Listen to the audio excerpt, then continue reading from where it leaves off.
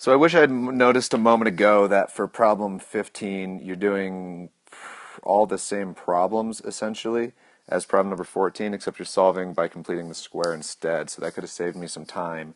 All the problems are the same except for A. So we should already know what answers we should get. But let's go ahead and do A. It's the only one that's different.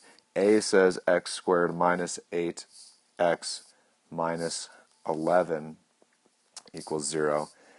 So we want to solve this by completing the square. To complete a square, you first want to make it so that your leading coefficient is 1. So factor it out if it's not.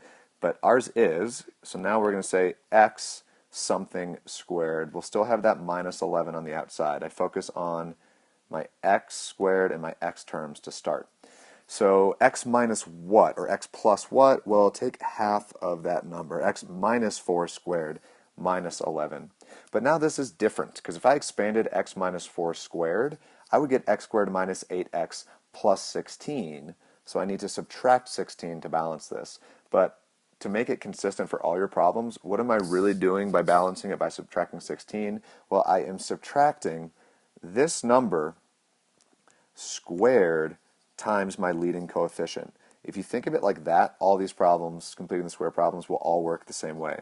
So really, I have x minus 4 squared minus 11 minus 4 squared times 1 is minus 16. So minus 11 minus 16 gives me minus 27.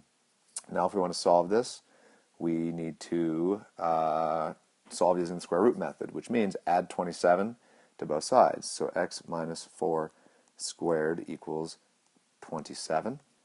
So now that I have just this square on the left, I will square root both sides to get x minus 4 equals plus or minus the square root of 27. So then last step would be to add 4 to both sides. So x equals 4 plus or minus the square root of 27 would be my answers. But square root of 27, well, 27 can be written as 9 times 3. So square root of 27 is really 3 times the square root of 3. So simplified means x equals 4 plus or minus 3 root 3 would be my final answer for that problem.